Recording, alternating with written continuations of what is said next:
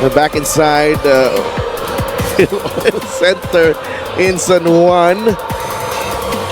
That's our Gixxer fan of the game. Born for greatness. We are still here in San Juan para sa third game ng inyong triple header. Pahinga bukas ng Mpbl. Biyaheng Ilagan, Isabela. May laro sa Sabado doon sa Capital Arena. Kita-kita tayo doon.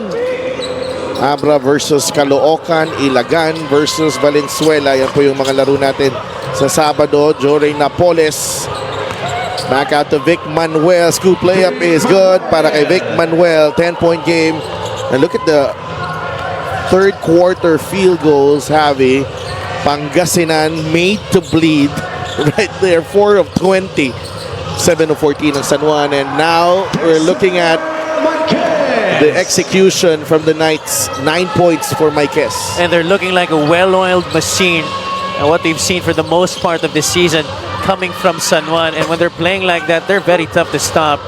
Quarter scoring right there on your screens. It was 20-13 in that third period. Papa Ray, atake, the spin, the turnover. Rongalanza gets it to Ian Menencio. No, Napoles intercepted the pass. Ian for 3. 1 and done for Pangasinan. The Heat Waves have settled for a lot of those empty possessions. Yes. Gotta agree with that call, Lucas. We're right in front of us. You know. Bumalik na siya, nakatawid na. Okay. Mike De Gregorio has returned. Hesed Gabo is back on the floor as well. I don't think De Gregorio played at all in that third quarter. Yeah. Actually. Tama. Almost a turnover. Vic Manuel. 2 seconds on the shot clock. Mike. Just another empty possession para dito sa Pangasinan. And defense is holding strong for the Knights. Gamboa is fouled by Gabo. The San Juan coaching staff, all of them really were very determined to give that side of the floor to Arvin Gamboa. This is the play of the game brought to you by 1xBet, title sponsor of the Mpbl. Your choice, your victory. Feel more game with 1xBet. This is the problem when you face San Juan. Guys like Marquez, they are undersized at the 4 and the 5, but they move a lot. Exactly. That's the reason why they're able to put a lot of points on the board, because the system gives them a lot of opportunity to get easy baskets. Yung talagang ititira na lang nila. They don't have to try and make shots for themselves anymore. San Juan's champion coach in the second season of the Mpbl, Randy Alcantara in red earlier. Sama si Coach Chito Victorero. We have a timeout. San Juan has increased the lead to 14 with 8 minutes remaining. Mr. Julian Estrada. And to the team owner, Honorable Senator Jingoy Estrada.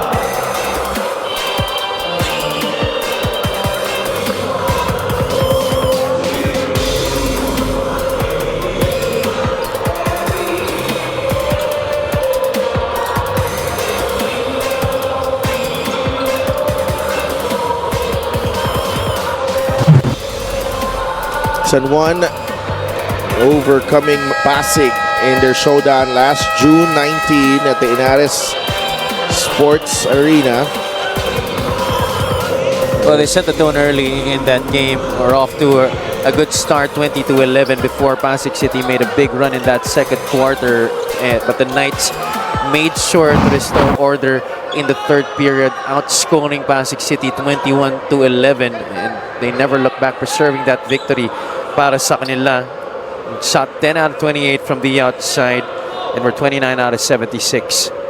Get a special deal from 1xBet. Scan the QR code and claim your special offer. And by the way, Sidel, they played that game with 30 assists. Without Orlan Mamar. Without Orlan Mamar. Very impressive. Tingnan natin ang sagot dito ng Pangasinan. Matagal pa to Pero turnover for the Heat Waves out of that timeout. Yeah, they haven't been turning the ball over as much as San Juan has in this game. The problem is they've been botching opportunities with missed shot situations, a lot of forced shots, a lot of hurried attempts early in the shot clock for Pangasinan. Napoles is back on the bench. 13 giveaways for San Juan, 11 for Pangasinan. Colliar gets it across. Gamboa. Papa Ray up against the muscle man inside. They go. Arvin pumped. He will get the bounce. Arvin Gamboa. Everything just going well para dito sa Knights. Foul on number 9, Harvey. He has been a headache for Pangasinan here in the second half. They've exploited the mismatch numerous times. That time it was Pagsanhan up against him, still with a height advantage. Just could not complete the three-point play. 8 points para kay Arvin. Hesed takes the jumper. No.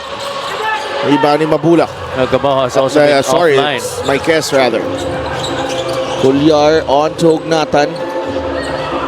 Ngayon, gusto na ulit exploit ang matchup dito with Pagsanhan. Gamboa finds Marquez. A lot of movement without the ball. AC Soberano, just everything just going in para dito sa Knights. 18 points ang lamang. Manuel Mintes, tip in by Mike Mabulak. That's a rare basket para kay Mike Mabulak. Only his 4th point of the game. But you see the difference in the half court.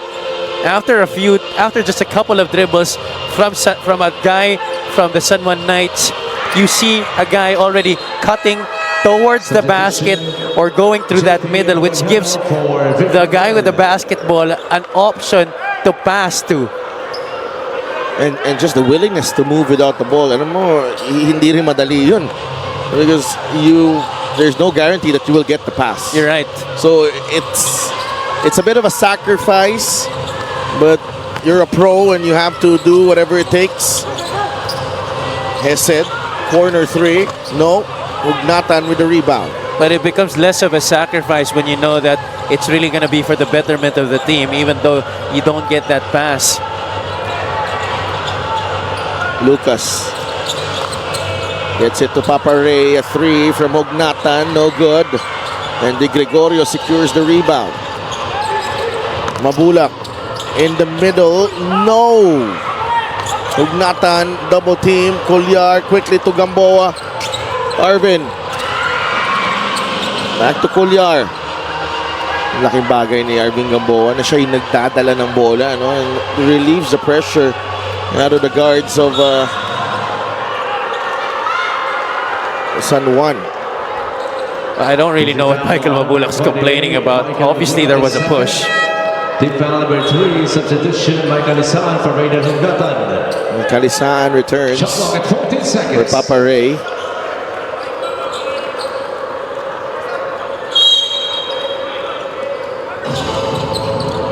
Gamboa bothered by Pagsanhan. Kalisan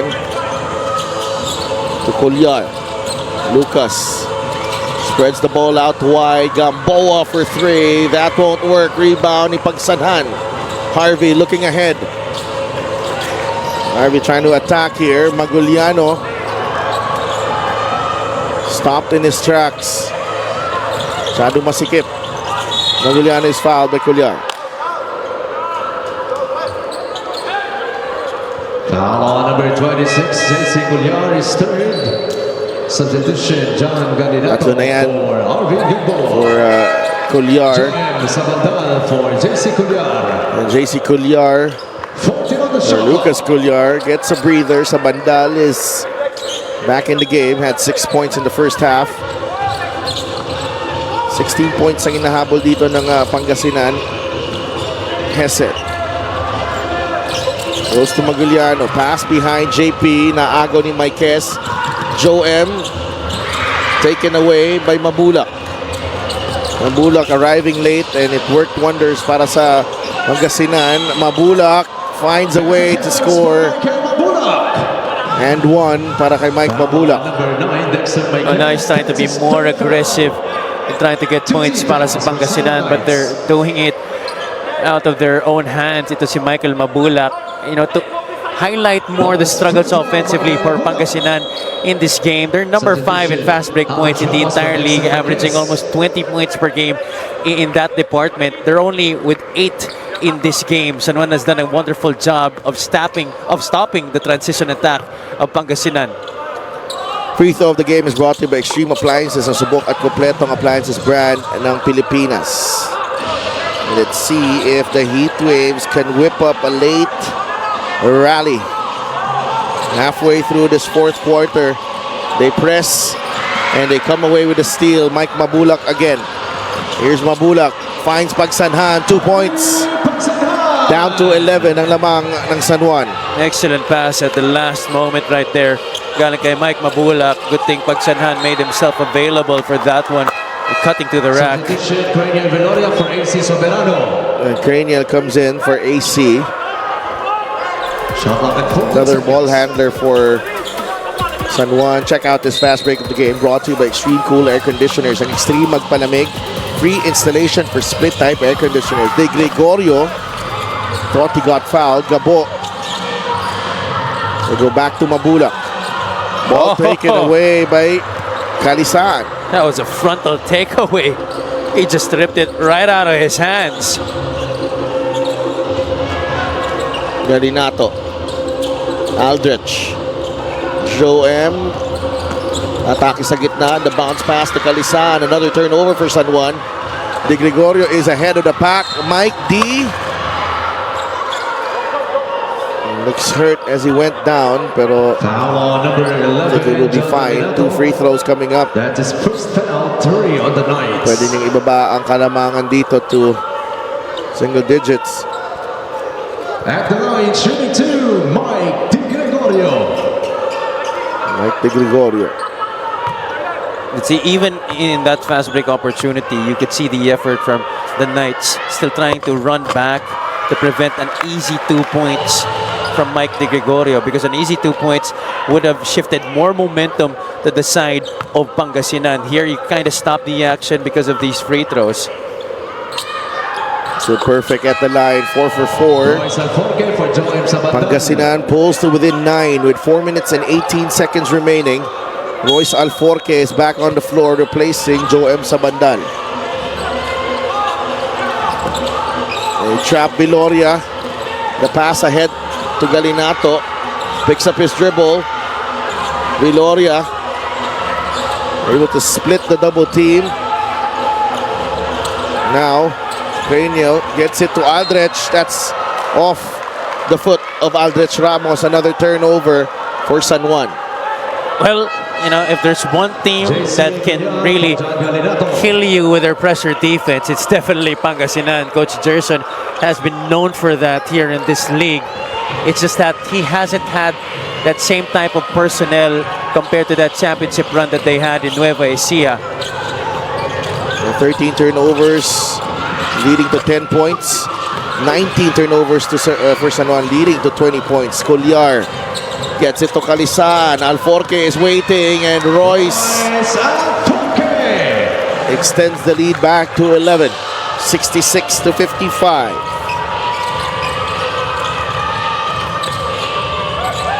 Mabulak. De Gregorio takes it in. And a whistle going against Royce Alforque. Maybe, just maybe, nakita na ni Mike De Gregorio how he can operate dito for Pangasinan. As we bring you the assist of the game, brought to you by 1xBet, title sponsor of the Mpbl. Your choice, your victory.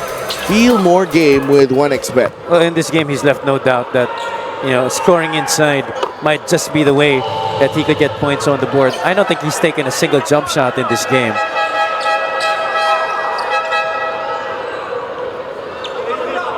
And all of his points have come from the inside, if not from the free throw line. And Jory Napoles will check in. 9 points para kay Mike De Gregorio.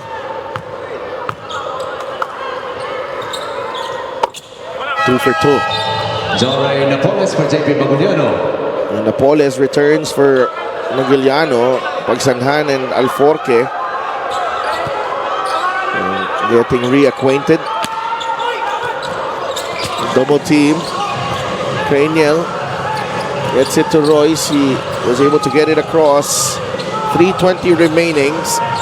Remaining 9 points ang lamang dito ng San Juan. Alforque to Viloria. Back out to Cuellar. 8 seconds to shoot. JC Cuellar is fouled. Wala pa sa penalty ang Pangasinan. So it will remain Foul on number 9 with San Juan. That's such a poor foul, Sedelf. It is. Because it's a shooting foul. A shooting foul.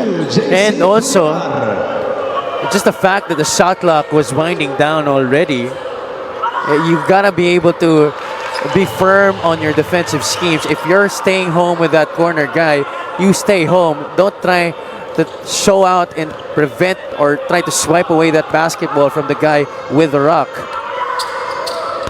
2 for 2 for Lucas.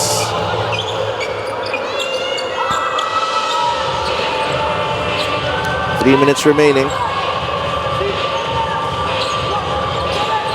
Hesed. Inside, Mabulak. Fouled by Aldrich Ramos. Foul on number 17, Aldrich Ramos, his fourth substitution. Arvin Gamboa for Craniel Viloria. Dexter Marquez for Aldrich Ramos. And Mike Mabulak is back at the free throw line. Shooting 2. Aldrich gets a breather.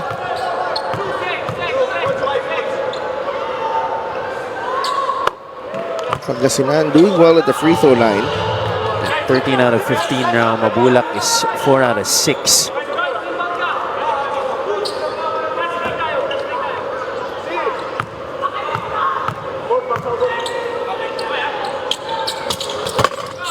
Second free throw doesn't drop. 10-point game. Gamboa spins away from trouble. Alforque now with Cuellar. Half court. Lucas. Almost a steal by Gabo. Marquez bigay kay Cuellar. Turnover. A miscommunication coming from Cuellar and Marquez there. Obviously not a lot of practice time yet between these two guys. That's a turnover you can afford at this point. You're up by 10 points. Now you get back on defense, try to get one stop. Napoles, down low they go. Mabulak, nabitawan ng bola. Alforque comes up with the steal. And Royce Alforque turns on the Jets and finishes. He's got 6 points in the ball game. Back to a 12-point lead. De Gregorio forcing that one. 2 free throws coming up para kay Mike DG. Look at the burst of speed. This was the fumble by Mabulak, but look at the burst of speed by Royce Alforque. Look how quick he was able to get to the basket. Explosive steps going to the rack. Grabe yun. Parang bigla na lang tumurbo. Yun na nga eh. 70 to 58. Mike De Gregorio nasa free throw line. Just trying to keep the heat waves in the game here. They do need stops.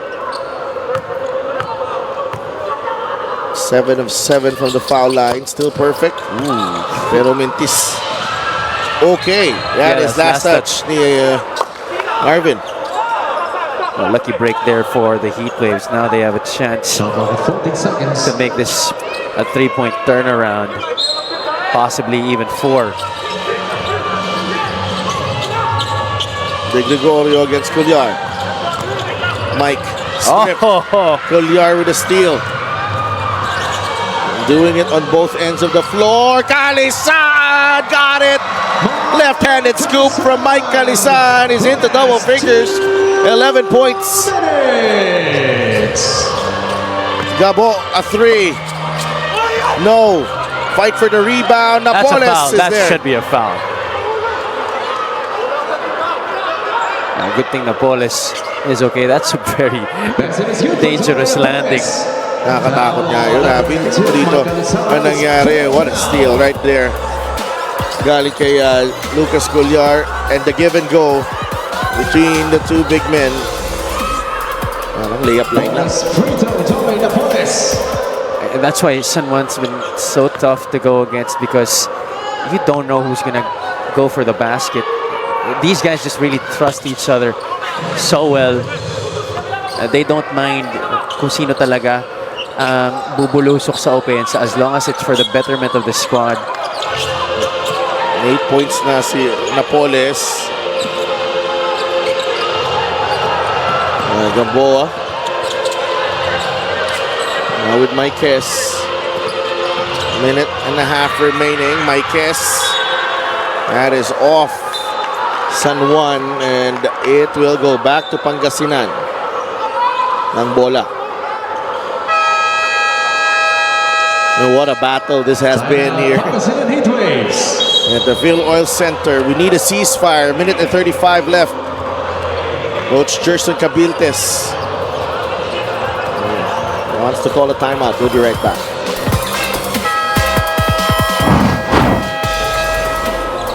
And Michael Mabulak and Dexter Marquez. This was the matchup before the game. And Mabulak has 8 points. Parang humabol na dito si Mike because he was quiet for the first 3 quarters.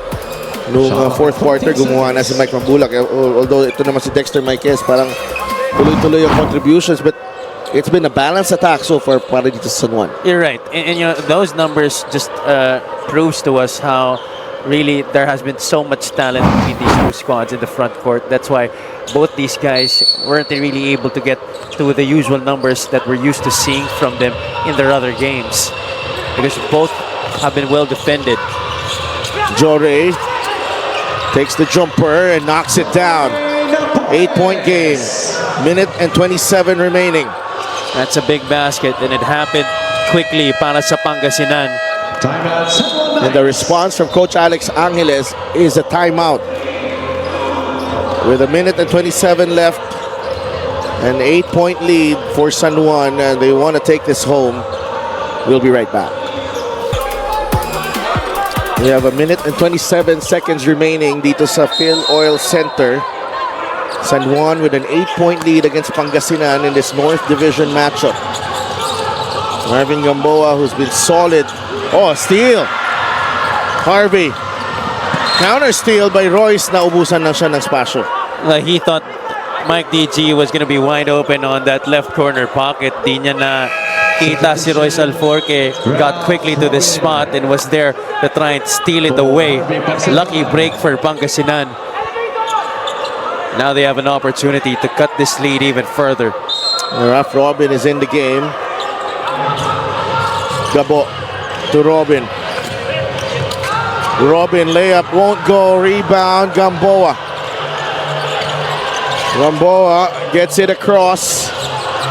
And how big has he been? Ito si Marvin Gamboa. There was yung ano niya eh, yung ball handling duties nga. Ang dami ngayong game na to. And look at the way he's handling that rock. Very tight handle for a big man his size. 27 penalty second. You gotta love it. He's not just trying to, you know, trying to hide that basketball and dribble it away. He's actually going for those in and outs. There's a crossover happening. And may ano pa eh, may gusto pang atake eh. Parang may threat lagi. And Arvin nails the free throw. It's back to 9 ang lamang dito. Yeah, he's been deceiving the defense here in the second half. 9 points para kay Gamboa. Also has 8 rebounds. He misses the second. 74-63. Gabo, no. Gamboa rebound, fouled by Gabo. Just too deep there, and I think once again, you know, that's what the defense of San Juan was expecting. Crossed half court, Gabo, his eyes were directed towards the basket. After that cross jab, there was just no passing to the other guys on the outside because there were also frontal denials by all the San Juan players. Gamboa Could not get into double figures yet. He just really has to work on his free throw shooting. 9 points and 7 rebounds and 2 assists para kay Marvin Gamboa. Second free throw is no good as well. De Gregorio trying to split the defense, not a pick. And that should do it. Gamboa. Siya na ulit ang nagbaba ng bola dito. 10 seconds on the shot clock against Napoles. Picks up his dribble. Bigay kay Alforque. Royce back to Arvin. A jumper. No. Hesed gets a running start. Gabo fires a 3. No. Napoles stick back and 1. 6.7 seconds remaining. I'm not sure this is going to be enough time for Pangasinan to overcome this advantage. Unless a miracle of biblical proportions happens here. Napoles at the line trying to complete the 3-point play. He misses. Fight for the loose ball. Maikez has it. And that should do it. The San Juan Knights